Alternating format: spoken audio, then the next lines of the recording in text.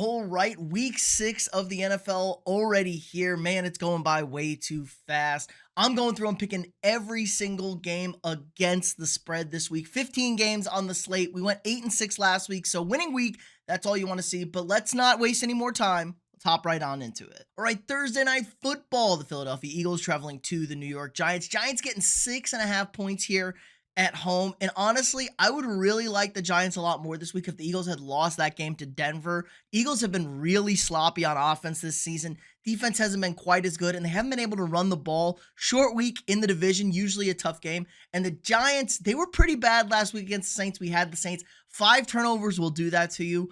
I still think I'm going to take the points here with the Giants. I got an ugly looking game. Maybe the Eagles win this one like 24-17. Like kind of hanging around there, 23-17.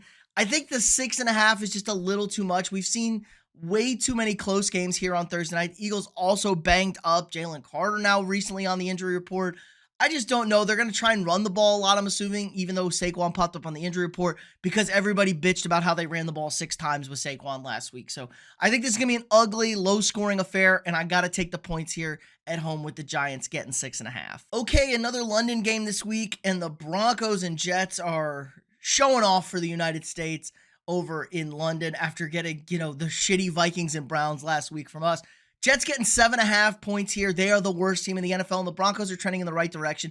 Please do not watch this game unless you are a Broncos fan, because the Broncos are going to take care of business in this one. Their defense is suffocating. The Jets' defense is terrible. They can't force a turnover. Their offense isn't good. I don't want to hear any more Justin Fields like glaze over here. Garbage time points mean nothing to me. Broncos are covering this one easy. I'll take the 7.5 here. I know Sean Payton's going to want to run up that score. He's going to want to get this offense continuing to get some more rhythm with them, and it's a perfect week to do it. Okay, Cardinals traveling to the Colts, and there's been a lot of tumultuous, noise this week with the Cardinals. Jonathan Gannon gets fined $100,000 from the team for the Amari DiMercato situation. They blow that game against Tennessee, one of the worst losses you will ever see in the NFL. And Indiana Jones and the Colts are just cruising along, comfy 4-1, feeling great. Vibes are immaculate. This team runs the football really well. They can get after quarterbacks. Their biggest weakness is their secondary covering people. But Kyler Murray not practicing again this week, so he might be in doubt for Sunday. I mean, who is even the backup quarterback in Arizona? I couldn't tell you right now. So I'm going to take the Colts here, getting 6.5 points. Cardinals defense has been good this year, but not as dominant as I think people thought. People were glazing the Cardinals this offseason. I didn't see it. They're proving me right now. Losers of 3 straight. I think they make it 4 in a row. Colts with another dominant home win. It feels like the Colts are at home every week also. Like, are the Colts ever going to play a road game? I mean, good Lord. Give me the Colts minus 6.5. Okay, the LA Chargers traveling to the Miami Dolphins. Both teams coming off of tough losses. Chargers blow a 10-0 lead. Get dominated by Washington in the second half. And their offensive line and their running backs are now all dead. This team is just falling apart in LA. Their defense also not quite as good as it was early in the season. Miami blew a 17-point lead to the Carolina Panthers. Yes, the Carolina Panthers. So the vibes are horrendous in Miami. Getting 4.5 points is tempting here. I think the Chargers are in a really good get-back spot. I don't love that they're traveling across country, LA to Miami. It's about as far of a trip as you can make in the National Football League. It's not quite Miami to Seattle, but still a very long trip that wears on teams. They've done a lot of travel so far this year. I just think this is a coaching mismatch. Obviously, Jim Harbaugh is an excellent head coach, and DJ Mikey Mike shouldn't ever be a head coach. Offensive coordinator, never head coach. So give me the Chargers minus 4.5 here. A little bit scary with, Kamani Vidal, Hassan Haskins playing running back out there. I think we're going to see a big game from Quentin Johnson and maybe a little bit more Lab McConkey. Give me the Chargers here in a get-back spot, minus 4.5. Okay, the Pittsburgh Steelers are hosting the Cleveland Browns. Steelers minus 4.5 here at home. Dylan Gabriel's second NFL start. And this is just a really bad spot, I think, for the Browns. Browns played in London last week. They're coming right back home, playing a game, no bye week, after Pittsburgh had a bye last week after playing in Dublin the week before, both that recently faced the Vikings. I think this is just a bad spot for Cleveland. The lag, the jet lag, the flying back, the travel. Pittsburgh's fresh off a bye. And the offense for Cleveland is really just so run dependent. Like, they just have to feed Quinshon Judkins. Gabriel really struggled to throw the ball further than 5 yards down the field to wide receivers. Pretty much everything to the tight ends or backs this past week for him. So Pittsburgh, as low as I am on the Steelers, I still think this is kind of like a mediocre Steelers team. They're going to run away with this division. It's a very bad division right now. Everybody's hurt or dead or awful or stupid. I'm going to take the Steelers minus 4.5. Little bit scary because the Steelers do like to give games away at the end and make them close. They win them, but they make them close. So it's a little bit scary, this number, but I'm willing to take it here after a weird travel and rest situation for these two teams. Okay, the Dallas Cowboys traveling to the Carolina Panthers in Carolina. What did I say? This team at home is frisky. They're feisty. They're very interesting. They're really bad on the road. And honestly, they look like they were really bad last week against Miami, but they turned it around. Rico Dowdle, shout out, 206 on the ground. Bryce Young might definitely be just too short to play quarterback in the NFL. You got to like Ted McMillan here. Panthers defense isn't very good. Their offense is way too inconsistent. The Dallas defense is horrendous. This is a horrible defense in Dallas.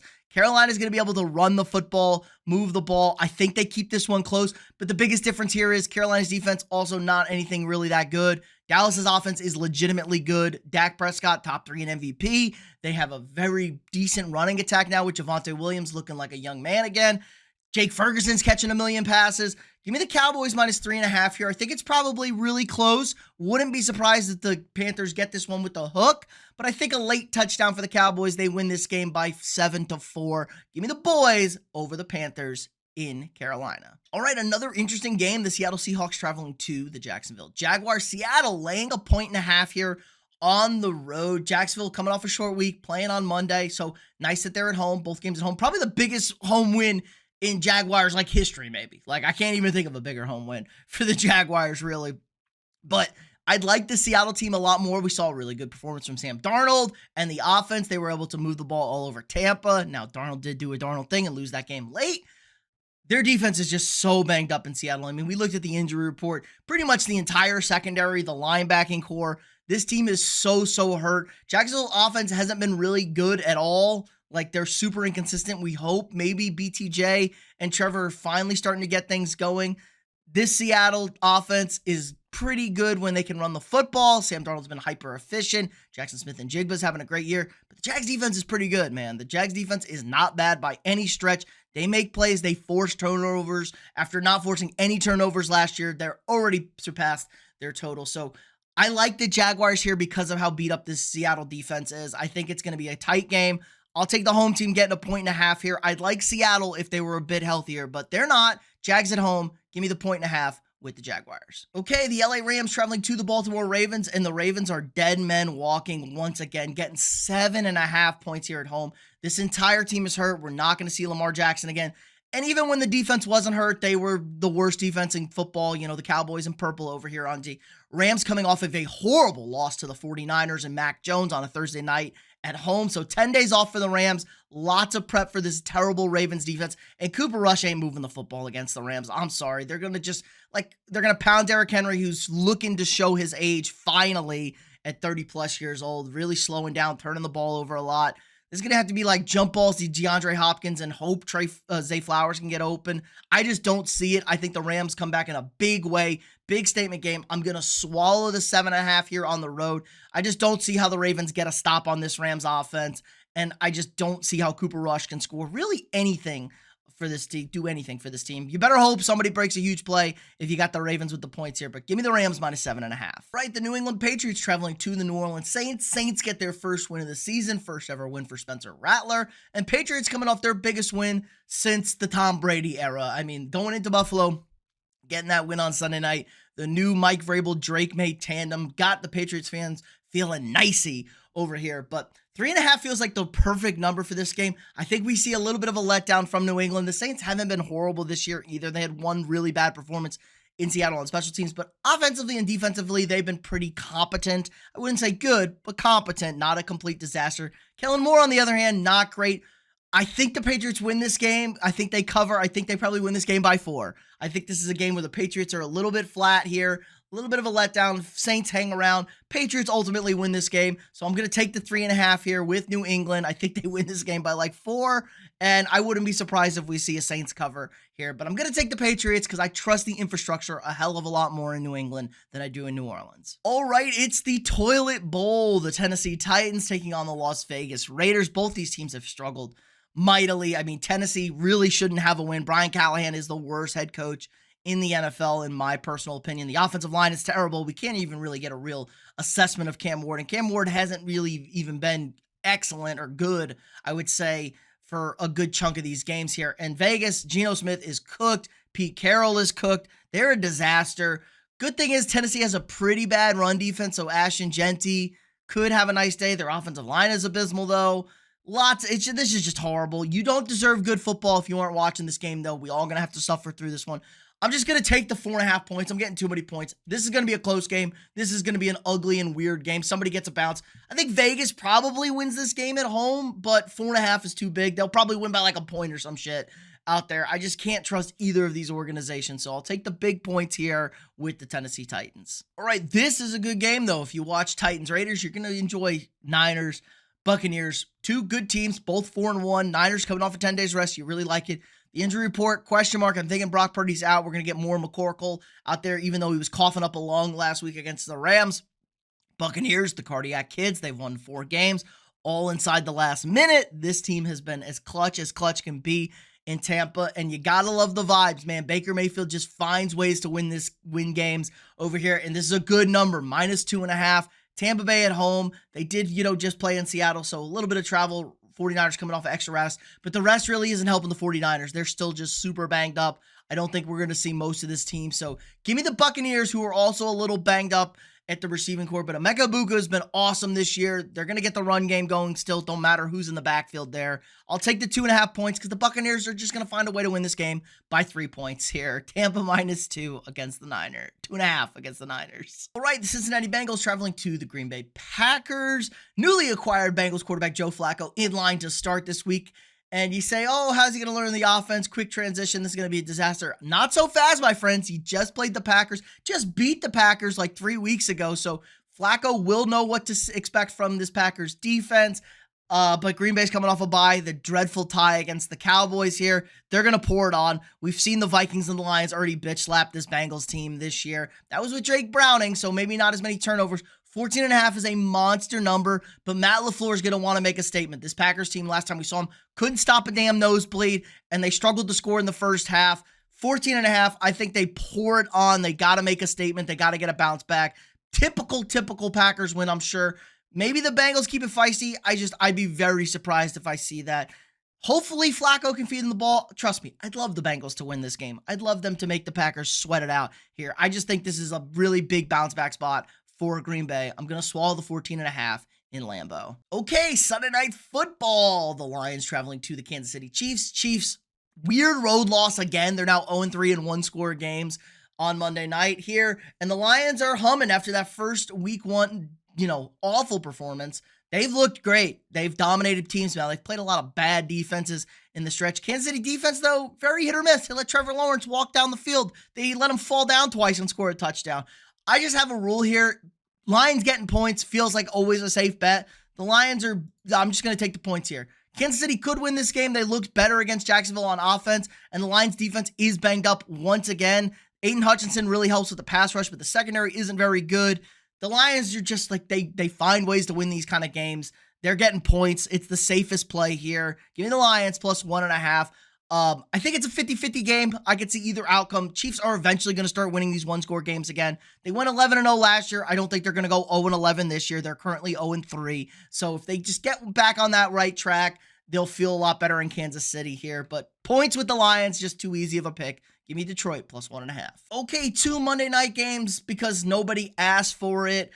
Buffalo Bills traveling to the Atlanta Falcons, and the Bills have kind of been sloppy the last 3 weeks, finally caught up to them, losing to the Patriots. Falcons coming off a bye, and we've talked about it a lot this year. Falcons at home, Falcons indoors are a much different team. They are very comfortable here, and the Bills defense has not been good, and in particular, they've been bad against the run this year, and the Falcons are going to run Bijan till the wheels fall off.